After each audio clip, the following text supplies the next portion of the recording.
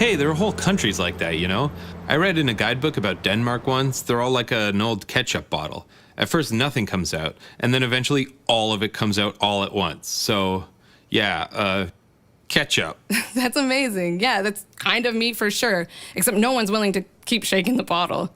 I love metaphors, actually. Like with depression, there are a lot of comic strips I could send you that one thing where depression's like a broken hand that people keep telling you to just get over. Yeah, I've seen that, I think. Oh, just man up. Because that's a thing. Oh, I know. I actually have my own metaphor for it, though. It's like this thing where, I don't know, did you ever watch that show, The X-Files? Oh, yeah, back in the day for sure. I actually didn't, but yeah, back in the olden times of actually using your TV back in 1920, I did that thing where you randomly watch a show you've never seen, and then like 2 years later, you randomly decide to watch it again, and you change the channel, and it's The exact same episode? Yes! Oh my God. So yeah, I've literally seen one episode twice, but it's the one where X-Files and Lady X-Files are trapped in this big fungus thing.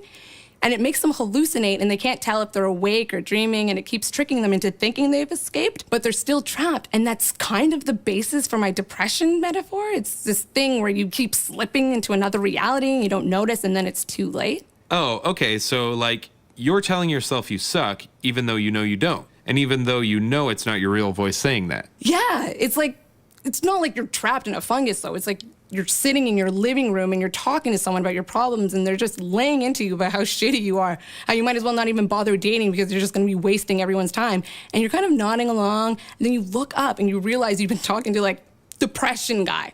You were just sitting there reading, and this horrible dude snuck in your front door, sat down and started saying shit to you, and it took you like 2 days to notice, and now it's too late, and you'll be sad for weeks. Weeks if you're lucky, sad if you're lucky.